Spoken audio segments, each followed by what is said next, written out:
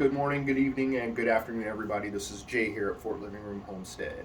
And today, I just wanted to take a little bit of time and kind of give you a little bit of an update from the last video that I did, and kind of follow up on a couple things and kind of show you what we got going on right now and the progress that we're making.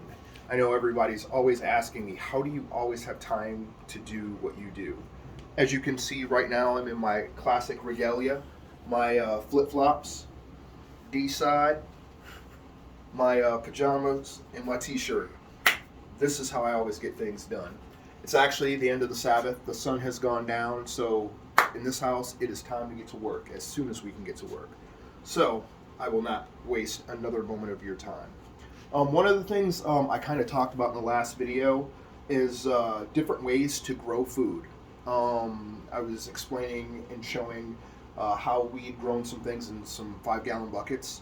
Also over here, the same thing, how we were growing in solo cups. And I've got flats and trays and all of the above.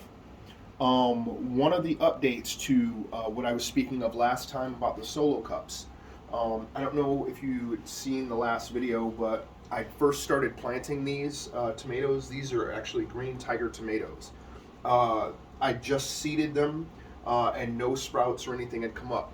Now the time has come because we've got sprouts, and I might add the germination rate.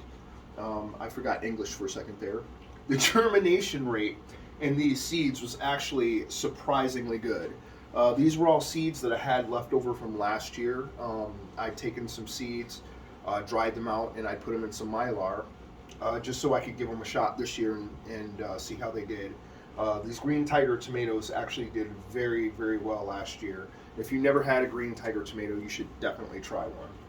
But right here, these are all of the plants that had actually come up.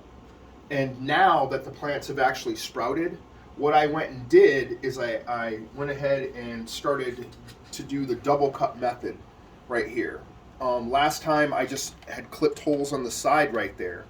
But now that the plants have actually sprouted and I'm pretty much assured of the germination of the plant, I went ahead and double cupped it. And there's a bunch of videos you can find out on YouTube more about double cupping. But it basically, especially with tomatoes, it helps the root mass develop more. It tricks the tomato into thinking that it's still got more space to grow, even though it's the main part of the root system is still contained in this cup. With the double cup method, we've got some rocks in there that I picked up from the dollar store actually, and I threw a few in the bottom and went ahead and added a second cup after I drilled a few holes in the bottom of the cup, as you can see right here.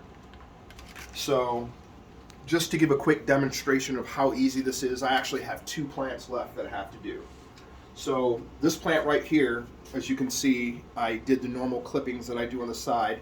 I do that up high right here in the very beginning to kind of retain a little bit of water to keep the soil moist a little bit longer. I don't like drilling holes in the bottom immediately because that just means I kind of have to water a little bit more. And I don't really like watering a lot like that in the very beginning. So I prefer to have a small reservoir that actually has water in it so it can kind of wick up a little bit to the root. But now that, again, this is sprouted, I'm ready to go ahead and double cup this. So again, I went to the dollar store and I grabbed some of these little marbles, the little colored beads you put in pots and vases to add a little color to centerpieces and whatnot. So I generally take about 5 or 6 beads and just toss them into a separate solo cup, just like that. And then I just go ahead and take my drill. And I'll drill 4 or 5 holes in the bottom, which I'm more than likely going to get some water come out of here because I just watered. 1, 2, 3, 4. Let's just do one more. 5. And then now, kind of shake them up a little bit, just to kind of get them to stack a little, and just drop it on in there.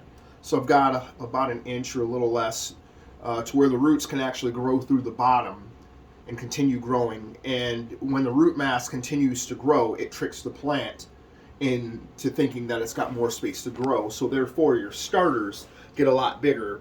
By the time this is over, my starter plants are going to be about 1 to 2 feet high at least, and those starters are way more appealing than going out at the beginning of spring or whatever with the starter plant that's only like this high. So that's why I do what I do with these tomatoes. And I've got one more, and I'm going to go ahead and do this last one too, just to show you again. Again, I'm going ahead and grabbing, just go ahead and grab six beads, throw them into a new solo cup. Take my sprout. 1, 2, 3, 4, and one more for good luck. Go ahead and shake it up, drop it in. That's all she wrote. So another cool thing that I picked up at the dollar store, I'm going to attempt to be a little more professional if I do decide to sell my plants. So they had these little starter nursery cups at the dollar store. I paid $1.25 for 6 of them. A little pricey, but just to me it just looks a little more professional going to sell starter plants. So when those tomatoes get to be a little bit larger, I'm going to go ahead and transfer them into these, and again they're going to be very large and just give it a little bit more of a, again, professional look. So picked up a few of those at the dollar store as well. Another thing I got going on right now is I'm doing a little experiment. We're looking to get into microgreens, and the original reason that we built, or that I built this rack or whatever, was to start doing microgreens. So I started my first couple test trays. We're going to see how it goes, but already these pea shoots are looking very, very good right now. Germination seems to be pretty good. I wish I'd have gotten a little more density right in here in this area, but for the most part, they're doing pretty good. And I've got some wasabi mustards over there. I think those should have probably sprouted a little bit more.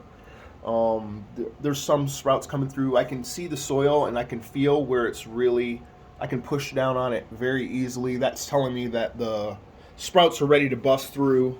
But I may have put that one out a little bit too soon. But I guess, you know, trial and error. This is the very first test flat that I'm doing. I've also got another test flat in the other room, which hasn't quite really germinated yet. What is it? Black oil sunflower seeds.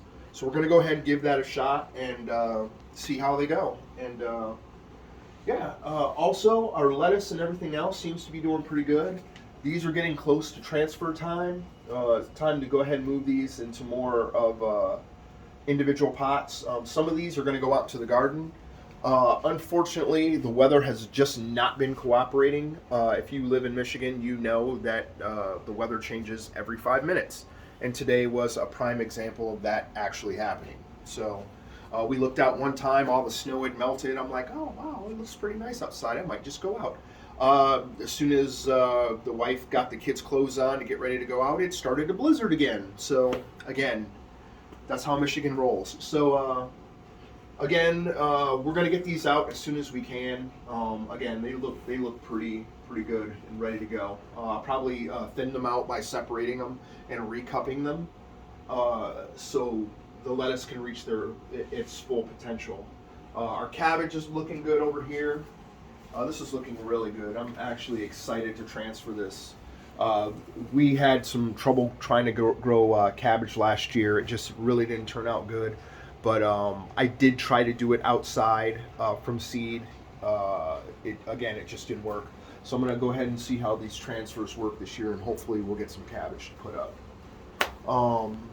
That's pretty much it. That's all I've got for today. I just, again, wanted to give a quick update. Also inside,